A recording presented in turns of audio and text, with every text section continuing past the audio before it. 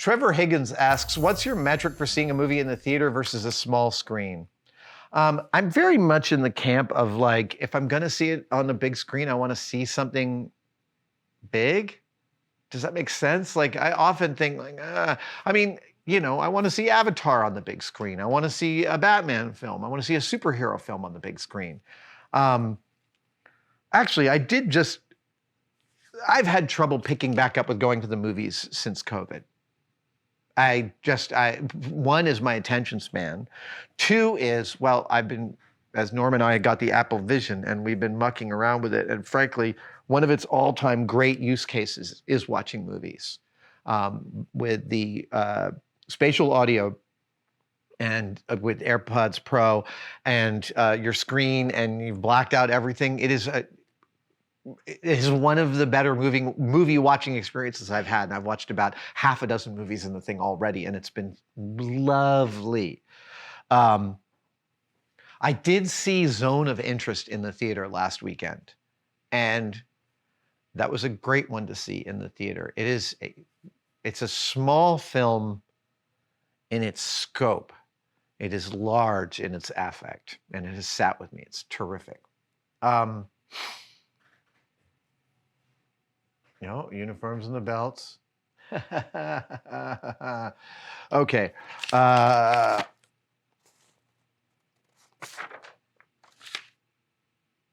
Brandon Young Kemkes says, I've been curious about your opinion of animation and their different styles. Has any particular animated feature in the last few years stood out to you? Personally, I enjoyed the artistry and the message of the movie Element by Pixar.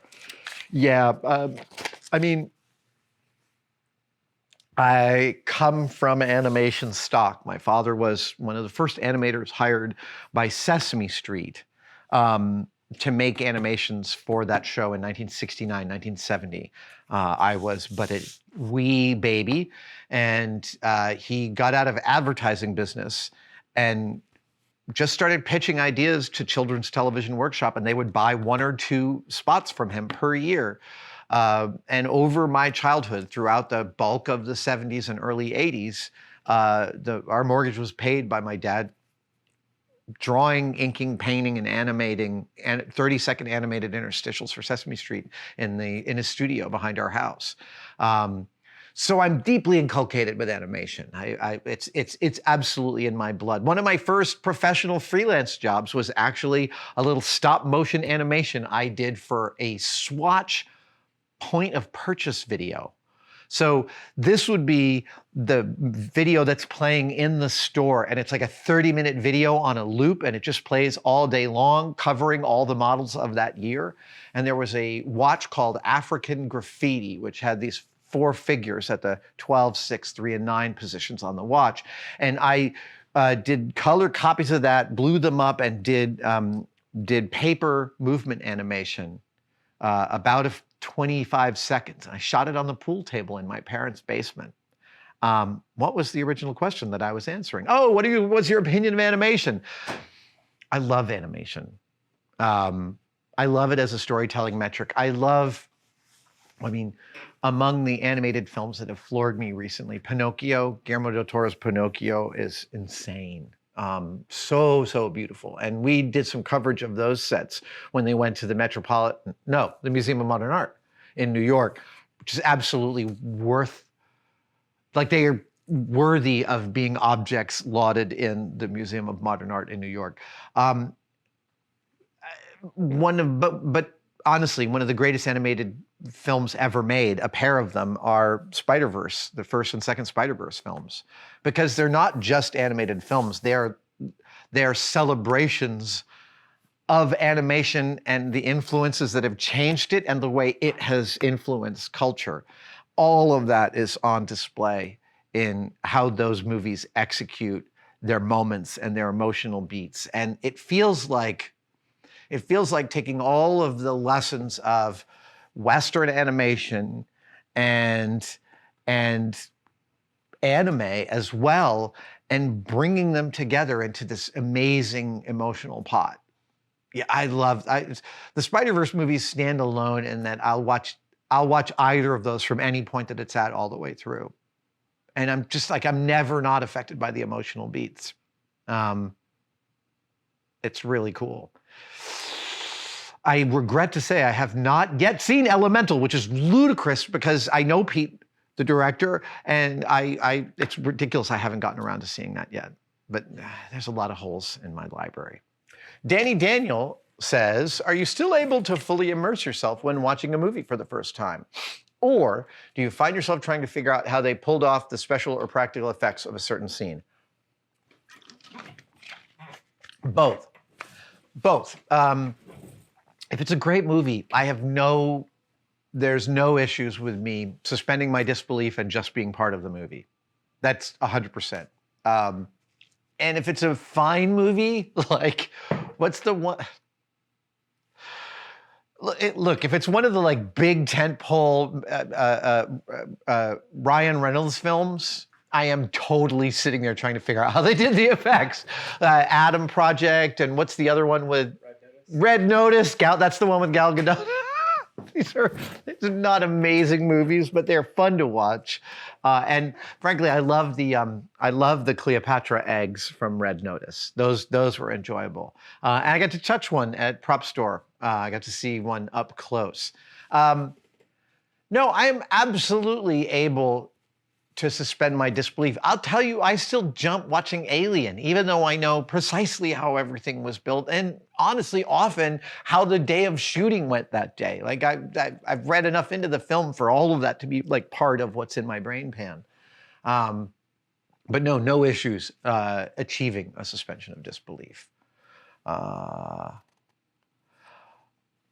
Oh, okay. Thomas Essen asks a question, which I wanted to get into re-film. What is an older film you discovered as an adult, long after its release, and what made you exclaim, how have I not seen this until now? And he explains that for him, it was a belated first-time watch of the 1973 version of The Wicker Man. That's a lovely question. I will tell you that the first moment that I got interested in film as a art form, as a aesthetic enterprise, as opposed to just something to entertain me.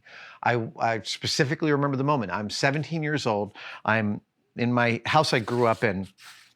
We had a TV room. We had a room devoted to be the television. I think it was the original dining room of the house years when it was built, but we just called it the TV room. And Apocalypse Now was playing. I wasn't watching it, but I was walking through the room, and as I was walking through the room, it was at that very moment that Martin Sheen's head comes out of the water, fully painted with the makeup and everything. And I remember seeing that and being like, what? Like, just, that's the sound that my thoughts were making. Ah! Like, something essential was shifting in me, and I saw that. And so I immediately, I think the next day, I watched Apocalypse Now, and I was like, oh my God, this is insane. This is incredible. And I started watching more films that were supposedly great, and I started really enjoying them. This is early days of cable. So this is 1983, 84. And there's also early days of home video. So I'm buying movies, I'm renting movies, and I'm watching them.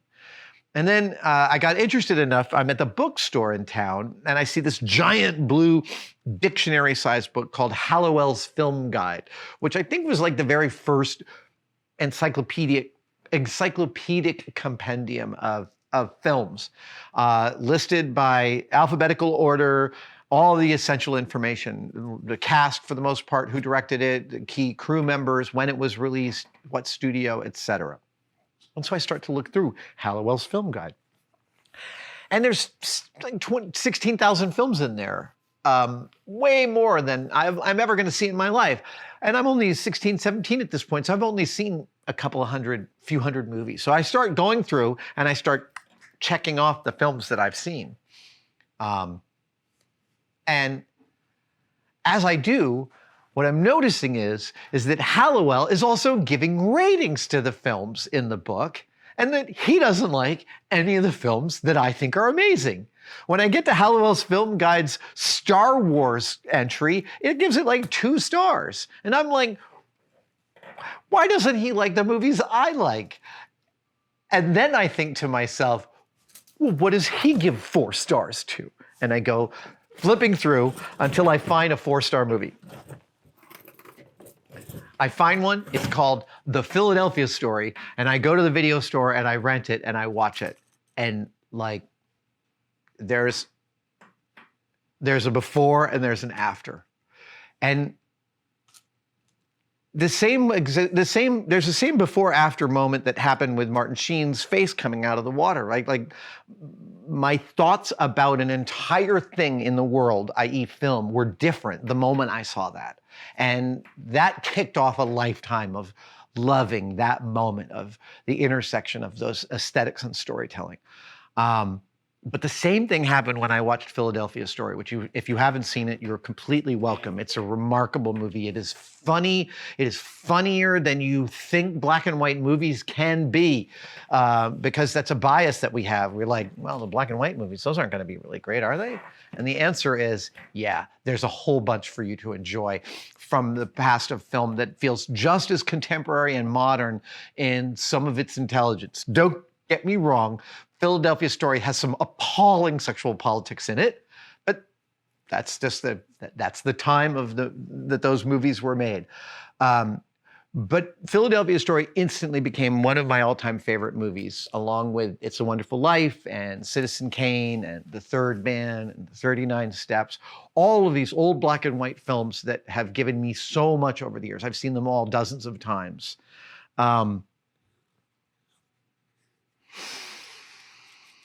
It is really worth going back and watching the classics. It's so funny that I'm saying that, because I have people, like I have friends of mine that yell that to me about the books. You know, I have a couple of friends who read like all of Dostoevsky and all of Milton and like all the important stuff. And they're like, dude, you should really read it. You should read. They actually, at dinner with these two guys, they exhorted me to read Moby Dick, and I did over COVID, and it absolutely changed my life. Another key aesthetic moment. It was delightful. And actually, it was one of going back to Philadelphia Story, that was also an early bonding between my wife and I when we were dating, because we were like, you love that movie? I love that movie. And then we started quoting that movie. Who's going to go with me in my little car? Katharine Hepburn is so funny in this movie. Jimmy Stewart, Cary Grant, it's just totally worth your time. Watch it, and then I want to hear your thoughts in the comments.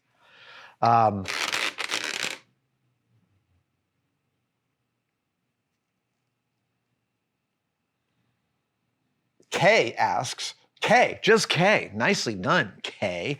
Are there any films that you felt you had to tell others to watch as soon as you saw them? Yeah, there's a few movies where that really, like,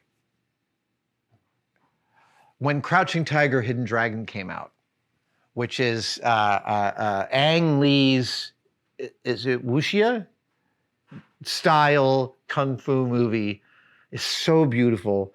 I've seen it dozens of times, but literally the moment I saw it, I called up a friend and I was like, dude, one of my top 10 just got bumped. That's how I described it. And that's a film I watch probably once a year, just because I love it so much. So I'm also given to hyperbole. So if you're at a meal with me, I'm often likely to describe the thing I just saw as like, oh, it's amazing, it's the best, because it's just the water I grew up in, where I come from a family of extroverted, hyperbole-driven storytellers. So take my encomiums with a grain of salt. Thank you so much for watching. If you'd like to support us even further, you can by becoming a tested member.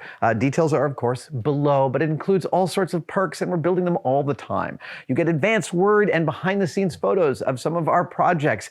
Questions, you get to ask direct questions during my live streams, and we have some members-only videos, including the Adam real-time series of unbroken, unedited shots of me working here in the shop. They are weirdly meditative. Thank you guys so much. I'll see you on the next one.